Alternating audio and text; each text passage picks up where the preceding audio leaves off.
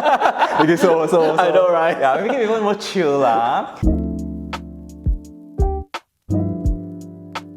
Okay, so welcome everyone. This is the Level Up podcast, and today with me I have Ray Mak. Now, Ray Mak is a really exceptional guy. Why? Because you see, when I was very young, back in university, I was watching these piano videos. And this was one guy who was getting like millions and millions of views on his YouTube channel. And I thought this guy was American. Then one day, I got a chance to actually meet Ray Mak, and I found out he's Malaysian. Yeah. So today we are going to explore a little bit on how we can grow. Yeah, grow on social media, especially in 2024. But before we get into that, maybe I'll get Ray Mak to introduce yourself. Hey, thank you. My name is Ray Mak. I don't really talk to the camera. It's just that recently I've been trying to talk to the camera a bit more. So if I am not very natural, please forgive me.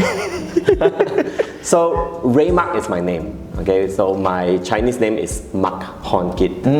So I got the name Ray when I was going to America to study.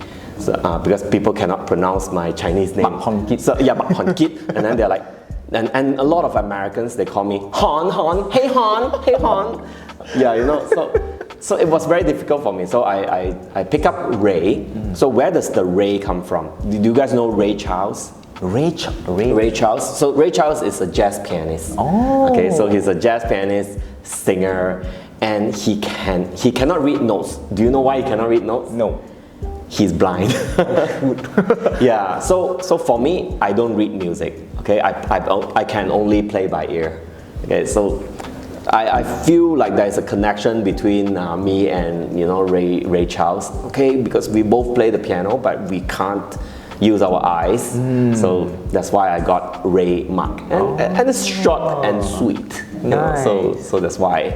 Yeah, and on internet, on YouTube, I play the piano. So I play music covers that my fans, or any covers that I really like. Any covers that, like if I listen to some covers and it goes in my head and I can't get it out, I would start playing it on the piano. Nice. Yeah, so that's how I started. And yeah, so I've been just playing for the past, on YouTube for 18 years. Yeah, since 2006. Nice, wow. So okay, so you started for 18 years. Tell us the journey when you started YouTube. I'm sure it's not a very easy thing. Most of us struggle. I believe some of us put up a video up there, we get like 0 views, 1 view, 2 views, and then we're like, give up lah, huh? Yeah. So how do you maintain that momentum to get to where you are today? Okay, then let me tell you a story of social media. So if you guys go on Google, you would notice that Facebook started in around 2004, and it was only available for university students. That means you have to have an email with the back where we have edu, so something at for example MIT.edu, right? Something Harvard.edu. Then only you can register for Facebook, because it was a platform for college students to exchange things, to share files, to look at girls. So back in the days, that was Facebook. So 2004 Facebook, and 2005 it came YouTube, and that time it wasn't bought by Google yet. So it was very new, started by a few young fellas. And it was like a video platform. So me, I have this habit. Okay, I wouldn't say it's a very good habit, because some people really get annoyed by that. I have this habit of taking pictures of faces. And your own face? My friends' faces. Okay. Okay. And I also take videos of faces. Okay. Videos of environments and faces. And why do I do that? Because I have this very bad weakness of cannot remember people's faces and names. Okay.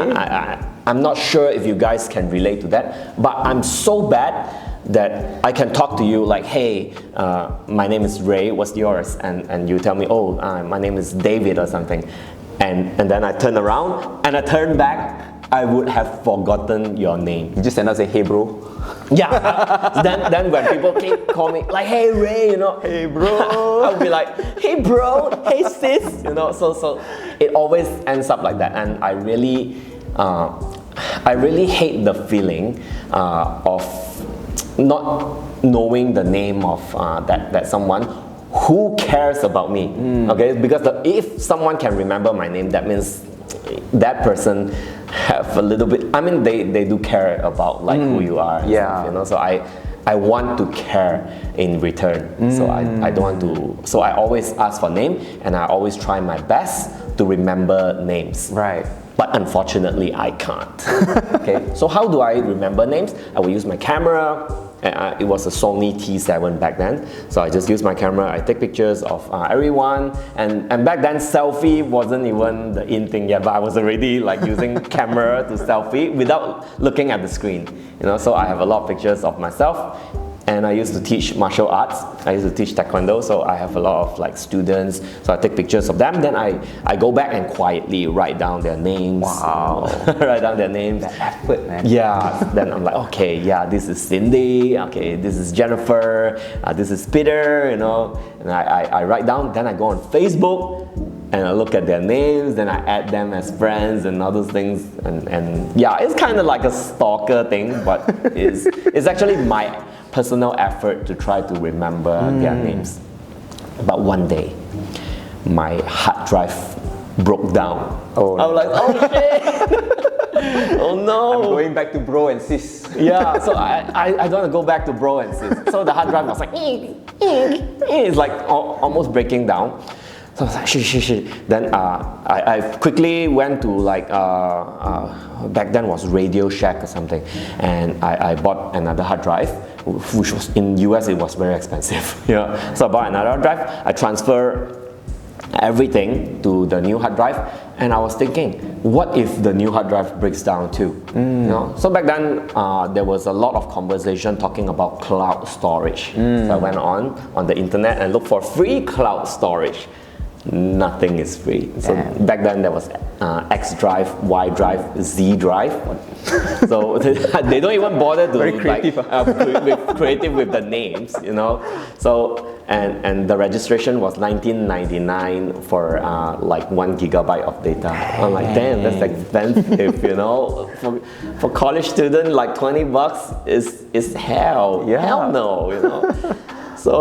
So I looked for pictures, like a place to store my pictures. Oh, Facebook. You can actually put in pictures into Facebook. So I started putting in my pictures onto Facebook in around 2005. Okay, that was very early, like just a few months after Facebook was launched. Then there was another platform called Multiply. So I put my high definition pictures into this Multiply. But Multiply closed down like very fast after that. And then, there was this video platform where I can store the videos that I have recorded. So that was called YouTube. Ta-da! Ta-da! So back then there were two platforms. One is YouTube, one is Google Videos. Okay, the other one is Google Video. But Google Video, it was like nothing much over there. And YouTube seems to be like the more in thing. So I placed my college videos over there. And one day as I was playing the piano in my school for this event called Asian Night, and a friend, like she took out her camera and recorded me, and that video went viral in her YouTube. Wow. So I was like, oh wow. So I went on Facebook, I searched for this friend of mine. I'm like, hey June. So her name is June. Hey June, would you mind sending me the original copy of this your video of me playing the piano? I would like to upload it on my YouTube as well. Okay, so that become the official first YouTube video on my platform. The official means the video that I publicly put available for people. Wait, but I gotta ask, your friend's account, that video went viral. What about your own? Not really. I think it was maybe I can't really remember the numbers. It's quite low, but it went viral on her account. But back then, back then, viral was above 100, no, above 1,000. It was considered kind of viral already. Nice. I remember when I was at 10,000 subscribers, my account was the top 50 music account worldwide. Nice. Yeah. Nice. So back then, YouTube have all this like #1 in this country, top 50 in this country. So I was #1 in Malaysia all the way until 2013 when Genie Boy and Name Week. Yeah. The mainstream coming up, yeah, took over. So I was there for quite a period of time, and then when they took over, I texted Ruben. Back then Genie Boy and Ruben, when they were together, and I'm like, hey Ruben, congratulations on 100,000. Then Ruben texted me back. It's like, mutual respect, bro. Yeah, I mean that was like kind of the backstory. So YouTube kind of started off as a backup for my videos. Yeah, for my taekwondo videos particularly. Nice. Yeah. So how do you feel when your first video, or when you see that one video suddenly take off? What was the feeling that you had? Okay, the one of the best feeling that we have on all these social media platform is actually when people start to talk to us. Okay, because communication, I think it's very important. Okay, communication, feedback, and all those things. So when my followers or subscribers started talking to me on comment section, and back then there was also inbox, so there was a YouTube inbox thing. Okay, so they started talking to me. They're like, hey, play more, can you play this song? So that kind of motivated me. So even though back then most of the videos only had like few hundred views to start with, but even with the few hundred views, I have a few hundred comments. Nice. So which means it's like very high engagement rate. So people are like starting to talk to me and all those things. Then I responded. So I'm like, yeah, okay, yeah, this song sounds nice, I'm gonna play it. Then I play another song, then another song, then another song, and that kind of start off the YouTuber stuff. Nice. Now that's one thing that I think that we all can learn as well, because when we are starting off in YouTube, especially when you're trying to grow that social media presence, we tend to get so discouraged when you have that little viewer counts, right? View counts, sub counts, we get very discouraged. But I think Ray is one of those persons that actually proves that if you are consistent, then it grows. And you have to also take care of your community as well. Yes, the community. Yeah. Now, speaking of social media, I do have one question that I'd like to ask here. So, why do you think social media is important, and what do you think are the benefits of social media presence, Okay, so today we live in the world where everyone is on the internet. So we not necessarily, like for example, when I talk to you, sometimes I can WhatsApp and all those things. Not necessarily I have to come physically to meet you in person to get to know you. Right. Okay, so in social media, you kind of put yourself out there for people to get to know you before you meet them. So the good thing about this is, like, for example, when I go out and I talk to new friends, a lot of them would have already know me. So the conversation becomes a lot easier because they already know me, and it's much easier for me to build a relationship, a rapport. Yeah, so that is one of the biggest benefit that I think, aside from like making money and all those, So like people know you before you know them. Right. Yeah, so that is, I think it's very powerful. Nice. Actually, it's very true, Like, I was working with Ray for one project back in my uni days. Uni days. So when Sydney Chan is one of our friend. Yeah, our friend. Yeah, he's my video mentor as well. He told me that one person is going to be doing the audio. He's going to be playing the piano. I was like, who is this guy? He said, Ray Mak. Wow, you got Ray Mak, American, come, Wow, mana tahu this guy Malaysian lah, bro. But really, before then I already knew Ray Mak, and that has already set for me like, oh, I know this guy, I can connect with this guy. So imagine if you were in Ray Mak's shoes as well. The amount of presence that you have is amazing. Yeah, so that's why social media presence is absolutely important. Yes. Which leads me to my next question. how do you actually find your niche so that you can boost your presence? Because a lot of people think that, oh, I just need to be funny, oh, I just need to simply try and do everything, right?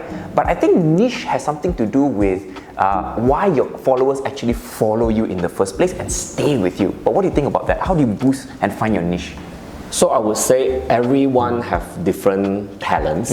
Okay, everyone have different talents, different skill. For me is I can play the piano by ear. For some people it's comedy. Some people it's video editing. Yeah. You know, they can edit video in a way that is so good that you are just pulled in to continue watching. So there are a lot of people with a lot of different talents.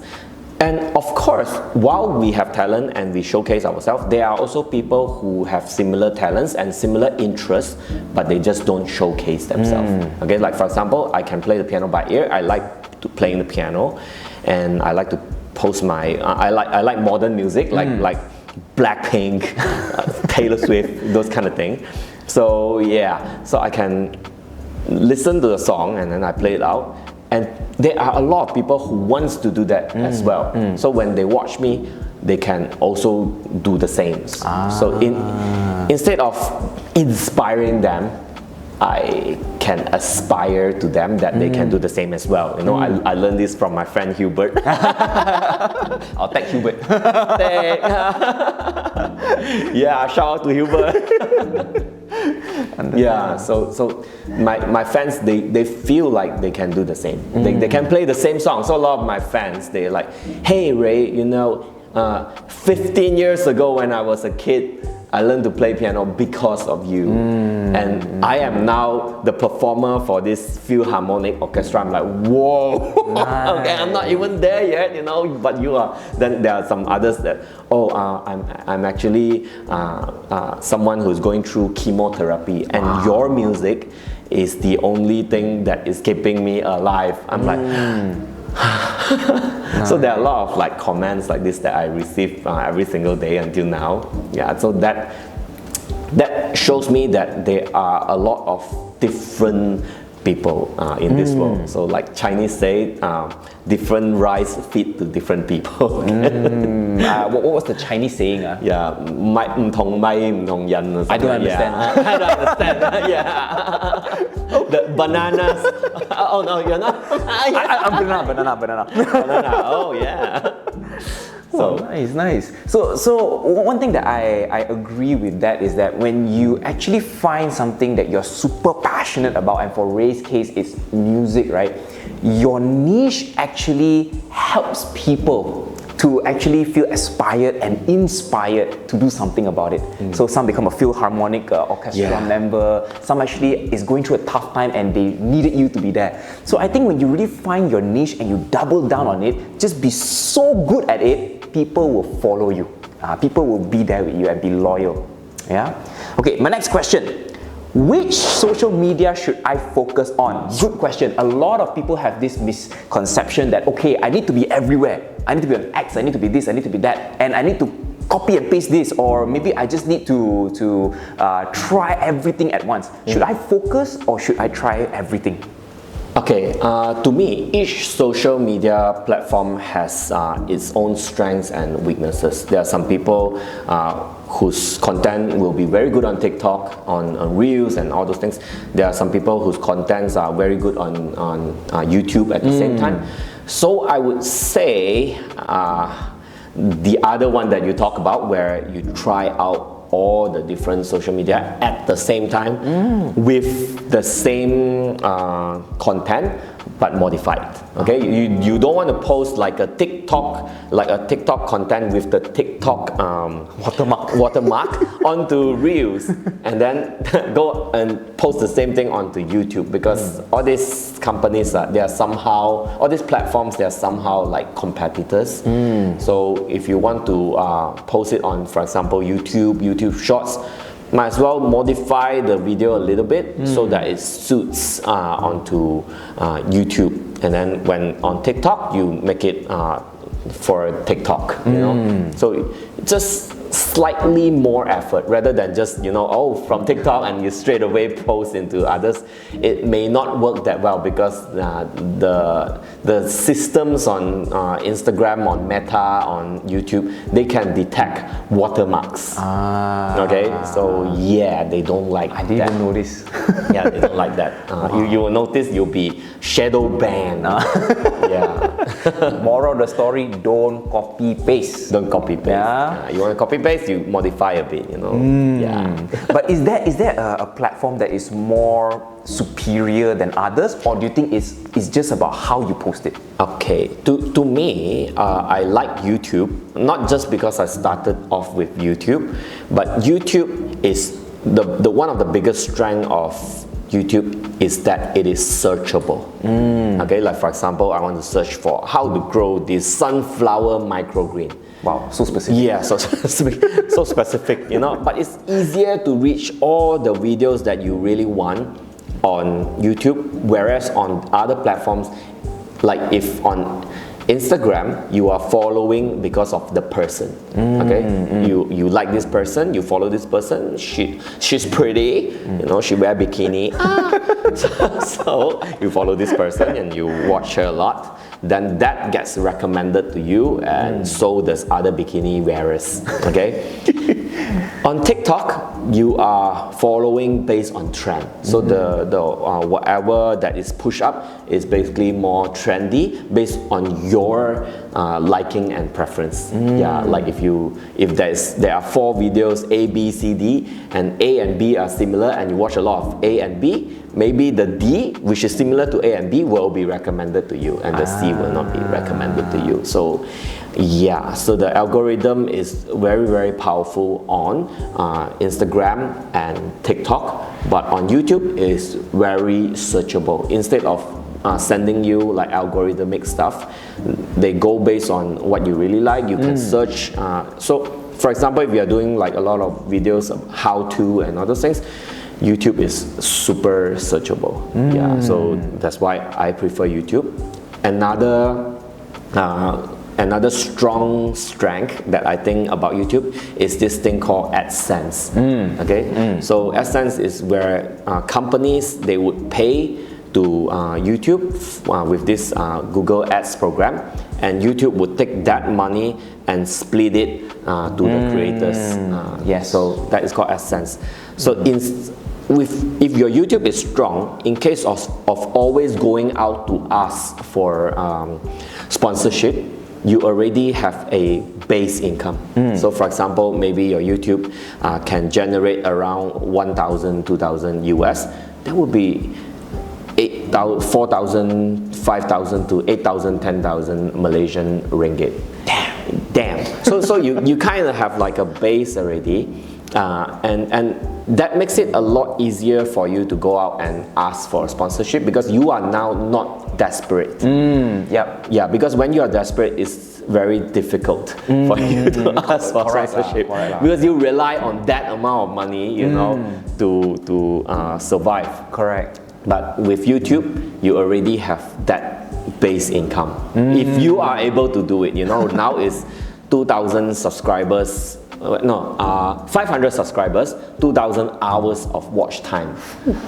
It's actually not that difficult if you are consistent and you really like what you do. It's actually not difficult at all. And for shorts, 10 million views on shorts. Yeah. That's one thing that even myself, I'm struggling. But being consistent is the key. Like, you don't know which video will finally take off. Right? Like the people were saying that it could be your next video. So you just have to keep doing and keep starting, and then it will grow lah. So I hope one day I will be like that. I'll be sitting here. I would say we all have our struggles. Even for me, like after 18 years, my struggle is that my community has already grown up. Okay, they are like adults with families now. Some are Philharmonic Orchestra conductor, you know. So they don't really watch YouTube that much anymore. So I have to grow new followers, the young followers. So if you notice on my YouTube, I've been playing kids songs, the songs that kids like for example, Digital Circus and Skibidi Toilet. The things we do for the followers. The things we do to make a living, to put nan on the table.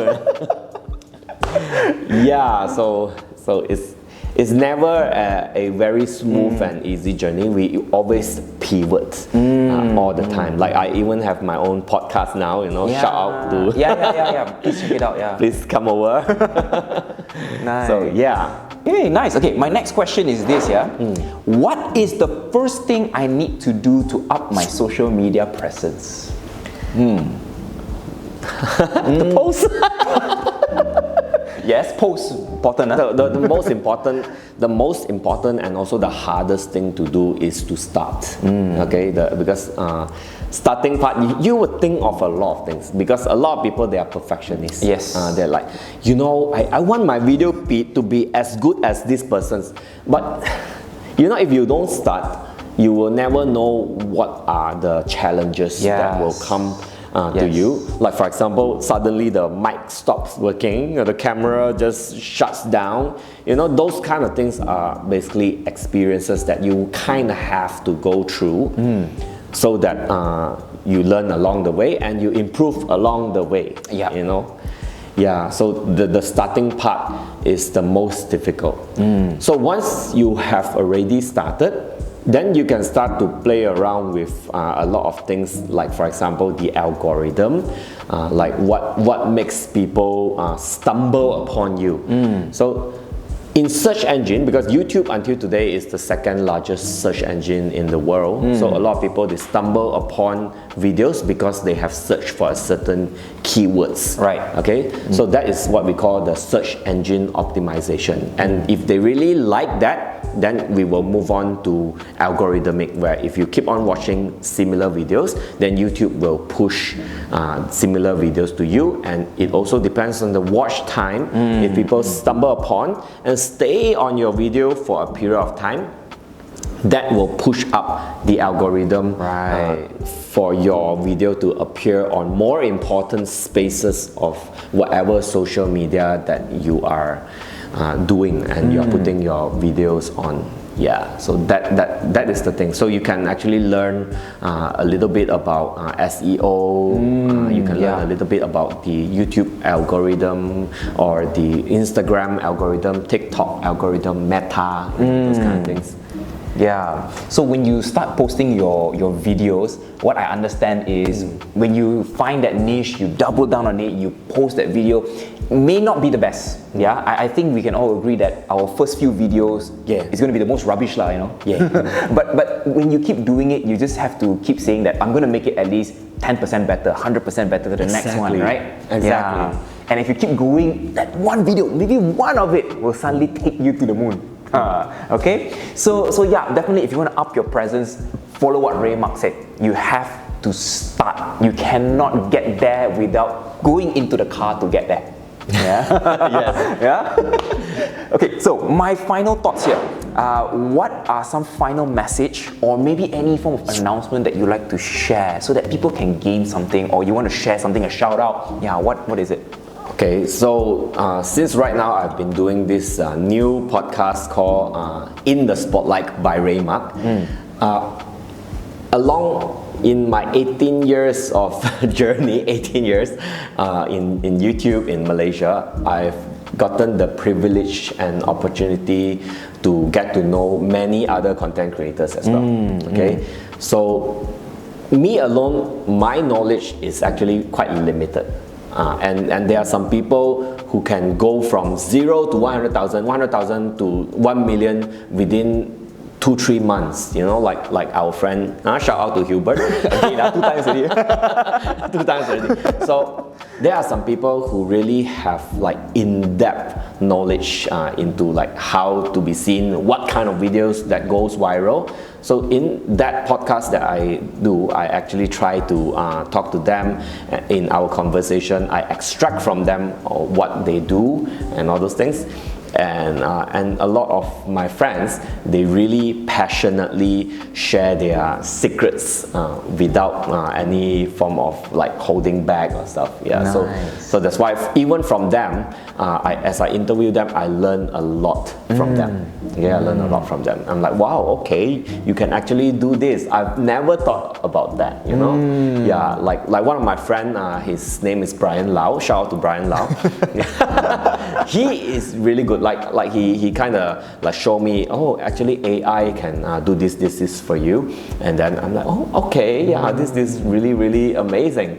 And the guy who kind of started my podcast, his name is Kevin Chan. Yeah, so it's like, oh yeah, since you know so many people, you know, might as well, you know, just talk to your friends and get them to your house and communicate and have a conversation that adds value to people who watches you, you know, just aside from music. Nice. Yeah.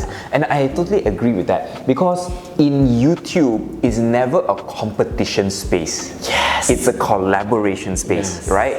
Content creators have to work together, then they can achieve greatness together. You know, it's not like because I'm doing this channel, I should like, hey, your channel terrible, I don't watch that channel, right? But if we help each other, you are leveraging on each other's audiences. Yes, exactly. Right? Yeah. So I think that's something that we all should practice. Instead of being competitive, let's find a space to collaborate. Collaborate. Yeah. Now, maybe one final tip, one extra tip. One extra tip. What about AI? How can I use AI? Okay. Especially for this, yeah. So there are so many AI tools that are available right now. Some for free, some for very low price. The free ones are like, for example, Microsoft Copilot, the ChatGPT, those kind of things. For example, if you are out of idea of certain things, you can maybe ask ChatGPT or Copilot to give you some ideas. I need this. And for example, like in my example that I use for my Spotify, I'm also on Spotify, guys. Come follow. Shout out to Ray Mak Spotify. So on my Spotify, in Spotify we are required to create like kind of posters, and I'm very bad with art. I'm not that good at taking pictures. I can take pictures of faces, but I'm not very good at taking handsome pictures of myself, you know. So I never look good in all my own pictures, because if I ask my friends to take, it will be horrible, you know. So yeah, so I don't really have a lot of good pictures of myself. So I would just ask AI, hey AI, can you generate me a piano in front of Mount Fuji in the middle of the lake? Okay, so then I'll have that picture out, and I'll superimpose my picture over there, and it becomes like my Spotify thumbnail kind of thing. So it just send across all different platforms. And the good thing about AI is there is no like copywriting stuff, because it's entirely newly generated, so there is no like copyright from whatever previous people who draw and stuff, you know. So it's the power of AI is really beautiful. And like for example, for video editing, I make use of AI to help me cut out certain portions of my videos, rather than me going in myself manually one by one. That would take like maybe hours, if not days, you know, to do that. And the AI can do that in 20 minutes or less. And it will even tell me which video will appeal to what kind of audience. I'm like, whoa. and it also does the captions nicely, you know. For me, it's really amazing. Yeah. Do you want to shout out to that AI tool? Okay, the AI tool that I use is called Opus Clips. Opus Clips. Okay, so it's $950 a month. Hey, affordable. Yeah, it's affordable. Yeah, that $950 is promotional price. The normal price I think is like $12. But if you like straight away pay for 1 year, then it's $950. I think it's a fair price. Yeah. If you do a lot of like long form videos, if you don't use it, $950 is a waste. But it's still cheaper than you going to Starbucks like twice a week, you know. Yes. Okay, nice. So, yeah. So any final words you want to say? Let me think of words. Okay. One very important tip for your audience. The name is very important. Okay. For example, I have this very good friend of mine. She came to my house and she asked me, hey, I really like music and all those things. So I gave her a lot of all this knowledge. So basically I pass on some of my knowledge to her, like a teacher, like a mentor. So I told her that if you put your name as like Bell Lim or Bell Mak or Bell whatever, it's very difficult for people to remember you, because like for example, if Lim, there are so many people who are Lim. If it's Chan, so many people who are Chan, Wong, you know. So it's very difficult for you to stand out. Ray Mak is a bit different because Mak is a very rare surname. Yes. Yeah, it's not even in the list of top 100 surname for Chinese people. You know, so yeah, we are that rare. We are rare species. So like for example, my friend Bell Lim, I told her, do you have a stage name? So she said, yeah, I used to like this name called Sisoski. So then she just called herself Belle Sisoski. And she's very, very big on social media right now. And everything started from my house in my studio. Nice. Yeah, so your name is very important. So once you identify your name, you just like go really hard and really passionately on that branding of that particular name. Okay. Then you just keep pushing, post a lot of things, mention yourself, have a lot of different platforms mention you, and you can also, if let's say as you are going up the ladder or you're going up the spotlight, stardom, you will get a lot of mainstream media coverage as well. Like for example, I was on BFM, I was in Says.com, chili sauce, yeah, those kind of things, yeah.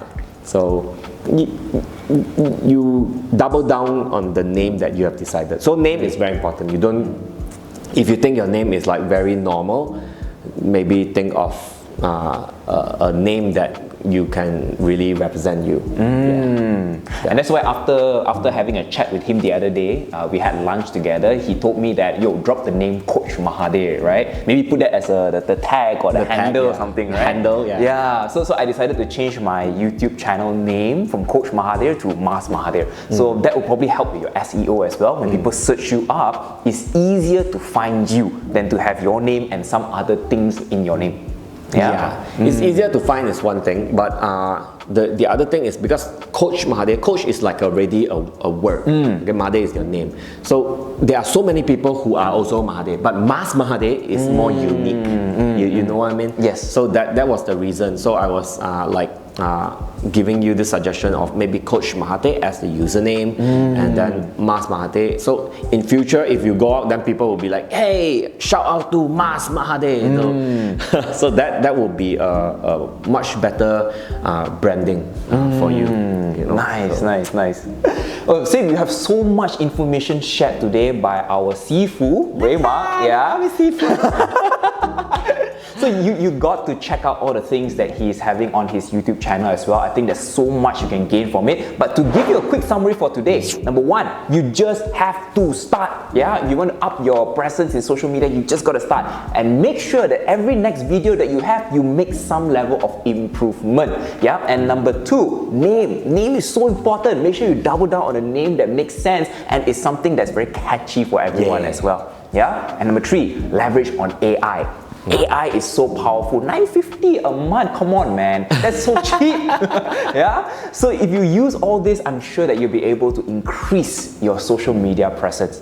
So thank you so much, Ray Mak, for being on this channel here with us. If again you want to see more stuff on Ray Mak's channel, I'll put in the description, or you just click. Remember to subscribe. Yes, subscribe as well. Make sure you like as well.